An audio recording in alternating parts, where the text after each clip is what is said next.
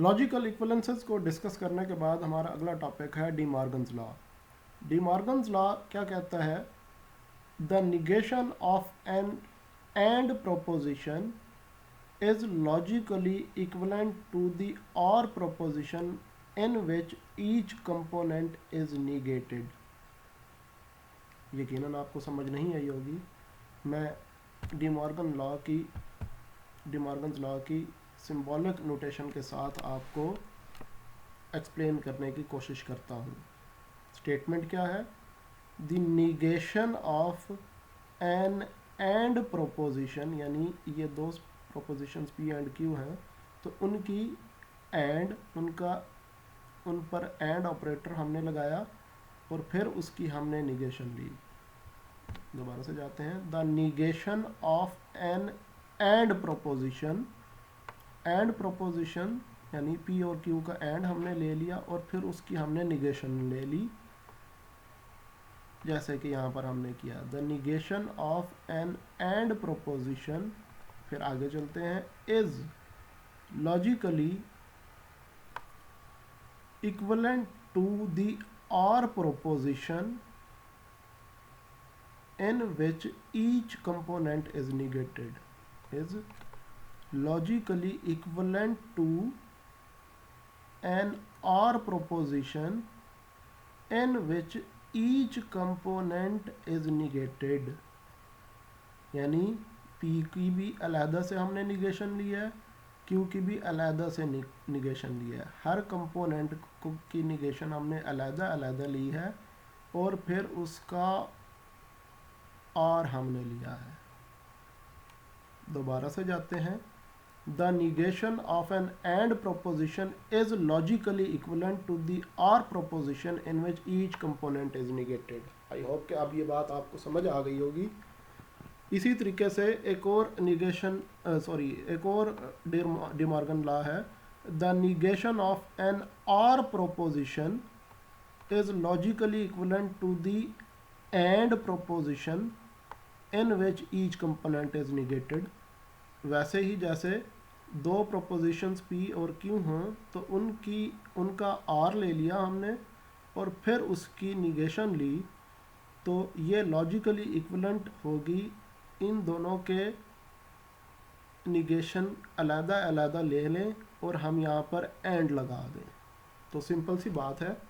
यहाँ पर यानी निगेशन का सिंबल यहाँ पर पैरेंथेसिस के बाहर होगा और एंड होगा, तो यहाँ पर दरमियान में और आ जाएगा और निगेशन हम अलहदा अलहदा अप्लाई कर देंगे। यहाँ पर हमारे पास निगेशन होगा पैरेंथेसिस के बाहर और निगेशन हम अप्लाई करेंगे, तो निगेशन अलहदा अलहदा इन दोनों पर हो जाएगा और ये ऑपरेटर जो है वो एंड हो जाएगा। अगर यहाँ पर आर होगा और निगेशन को हमने अंदर अप्लाई कर दिया तो ये ऑपरेटर एंड हो जाएगा और दोनों पर निगेशन अलहदा अलहदा आ जाएगा। इसी तरीके से यहाँ पर हमने निगेशन अप्लाई करना है तो यहाँ पर अलहदा अलहदा इन दोनों पर निगेशन आ जाएगा और दरमियान में सिंबल आर हो जाएगा अगर यहाँ पर एंड होगा तो। आई होप के बात समझ आ गई होगी आपको।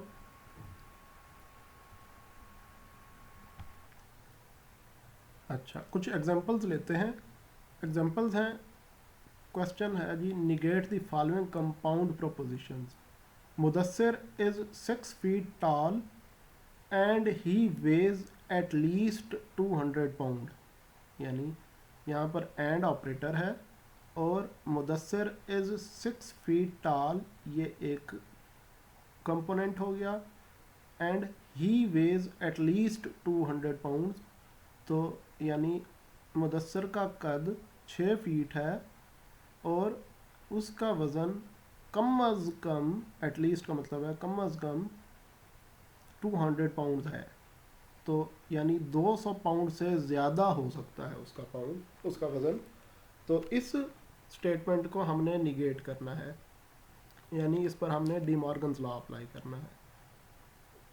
इस प्रोपोजिशन का पी कंपोनेंट क्या हुआ? मुदस्सिर इज 6 feet tall, और क्यू क्या हुआ? Mudassir weighs at least 200 pounds.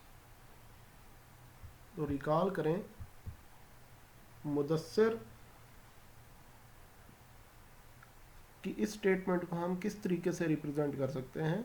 हमने इन दोनों स्टेटमेंट्स यानी दोनों कंपोनेंट्स को अलग अलग निगेट करना है।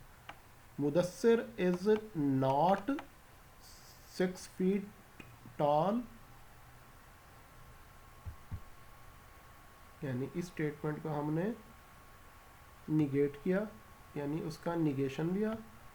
एंड रिकॉल करें,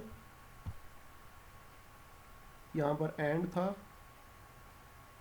इसको हमने अलग से निगेशन लिया तो ये आर हो जाएगा, यानी यहाँ पर ये आर आ जाएगा। और ही वेज लेस देन 200 पाउंड। पहले यहाँ पर स्टेटमेंट थी कि ही वेज एट लीस्ट 200 पाउंड, जिसका मतलब ये था कि कम अज़ कम 200 पाउंड उसका वज़न है। तो अब यहाँ पर हमने उसकी निगेशन ली है, तो हमने उसका कहा है, उसको निगेट किया है, तो हमने कहा है कि उसका वज़न 200 पाउंड से कम होगा, यानी ज़्यादा नहीं होगा, कम होगा। इसी तरीके से ये एक और एग्जांपल है हमारे पास। द बस वाज लेट और अलीज वॉच वाज स्लो। इस पर हमने डी मॉर्गन्स लॉ अप्लाई करना हो तो इन दोनों कंपोनेंट्स पर हम अलग-अलग निगेशन लेंगे और इस ऑपरेटर को हम चेंज करके आर कर देंगे, सॉरी एंड कर देंगे। यहाँ पर आर है तो हम इसे एंड कर देंगे। The bus was not let and allies watch was not slow. The bus was not late and Ali's watch was not slow. बिल्कुल ऐसे ही है। तो हमने उस स्टेटमेंट पर डी मॉर्गन्स लॉ अप्लाई किया। कौन से वाला? ये वाला डी मॉर्गन्स लॉ, क्योंकि यहाँ पर हमारे पास एंड था। तो ये एक छोटी सी एग्जांपल थी। बेसिकली हम इस डी मॉर्गन लॉ को हम आगे अप्लाई करेंगे डिफरेंट स्टेटमेंट्स पर। इनफैक्ट डी मॉर्गन्स लॉ को हम लॉजिकल स्टेटमेंट्स पर अप्लाई करके हम कम्पैक्ट करने की कोशिश करेंगे कि हमारा कंप्यूटर सर्किट्स जो है वो किस तरीके से कम्पैक्ट होते जा रहे हैं और उसमें कौन कौन से लॉज अप्लाई होते हैं। तो ये एक डी मॉर्गन्स लॉ आपने बचपन में भी पढ़ा होगा, स्कूल की किताबों में भी पढ़ा होगा, शायद एफएससी में भी पढ़ा हो। तो यहाँ पर हमने उसे डिस्कस किया है, इसकी एप्लीकेशन हमने आगे देखनी है, तो इस वजह से हमने इसको जस्ट यहाँ पर डिस्कस किया डी मॉर्गन्स लॉ को।